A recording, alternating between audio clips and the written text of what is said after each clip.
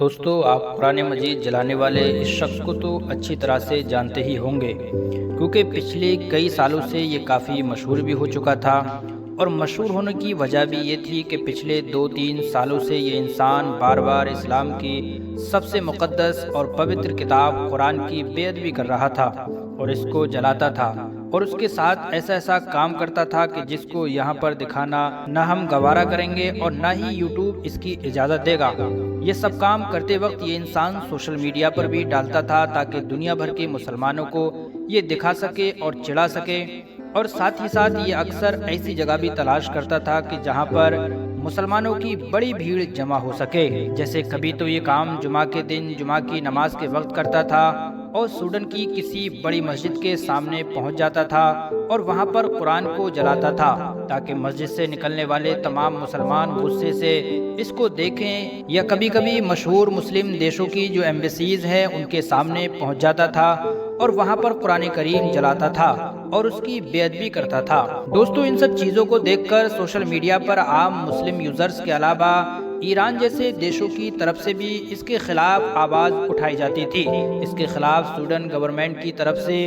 نہ صرف ایکشن لینے کی مانگ کی جاتی تھی، بلکہ یہ بھی الزام لگایا جاتا تھا کہ یہ تو صرف ایک مہرہ ہے، بلکہ اس کو بڑی بڑی طاقتیں سپورٹ کر رہی ہیں اور اس کو فنڈ بھی کر رہی ہیں، کیونکہ سلمان ممیکا بھی جیسے جیسے مشہور ہوتا جا رہا تھا ویسے ویسے اب وہ بہت ساری اینٹی مسلم امیج رکھنے والے آرگنائزیشن یا پھر ایسے لوگوں کے ساتھ رہنے لگا تھا کہ جو اکثر سوشل میڈیا پر اینٹی مسلم لکھتے ہیں یا پھر اینٹی مسلم باتیں بولنے کے لیے جانے جاتے ہیں۔ دوستو، سلمان ممیکا جس کا تعلق عراق کے کسی علاقے سے تھا اور جو کسی دور میں بھاگ کر سویڈن جیسے علاقوں میں جا کر بس گیا تھا، اس نے فریڈم آف ایکسپریشن کا سہارا لے کر یہ کام یا تو شہرت، پیسہ یا پھر اپنے آپ کو یورپ کے کسی دیش میں سیٹل کرنے کے لیے ہی شروع کیا ہوگا، اور ان ساری چیزوں میں سے کچھ ملا ہو یا نہ ملا ہو، لیکن اس انسان کو شہرت تو ضرور مل ہی گئی، لیکن اس شہرت کا بھی دی اینڈ کتنا زیادہ خطرناک، کتنا زیادہ بھیانک اور عجیب و غریب طریقے سے ہوگا،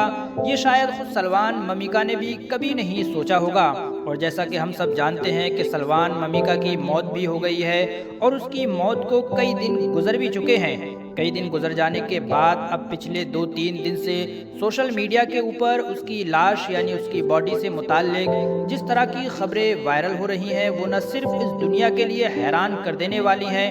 بلکہ عبرت ناک بھی ہیں۔ دوستو، 29 جنوری 2025 کی رات جب یہ سویڈن میں موجود اپنے ایک بند کمرے کے اندر دستور کے مطابق ٹک ٹاک پر لائیو چل رہا تھا، تبھی اچانک سے کسی نے اس کے گھر میں گھس کر گولیوں سے اس کو قتل کر ڈالا۔ لیکن یہ قتل ہوا کس طریقے سے، اس کو لے کر الگ الگ خبریں گردش کر رہی ہیں۔ کچھ رپورٹس میں یہ بھی دعویٰ کیا گیا ہے کہ یہ لائیو کے دوران جب اٹھا اور اٹھتے وقت اس نے اپنے دیکھنے والے لوگوں سے کہا کہ وہ سگریٹ پینے کے لیے جا رہا ہے، اور بعد میں وہیں پر ہی اس کو کسی نے گولیوں کے ذریعے قتل کر ڈالا تھا۔ فی الحال جیسے بھی ہوا ہو، اس انسان کا قتل تو ہو چکا تھا، اس لیے سویڈن پولیس نے جب چھان بین کی تو بہت کم وقت کے اندر ہی 5 لوگوں کو شک کے دائرے میں گرفتار بھی کر لیا گیا، لیکن ان کے خلاف کوئی ٹھوس ثبوت نہ مل سکا، جس کی وجہ سے اگلے چند گھنٹوں کے اندر ہی ان کو رہا بھی کر دیا گیا۔ دوستو، سویڈن اتھارٹیز کی طرف سے میڈیا کے سامنے یہ بھی کہا گیا ہے کہ وہ تو اس بات کی بھی اچھی طریقے سے چھان بین کر رہے ہیں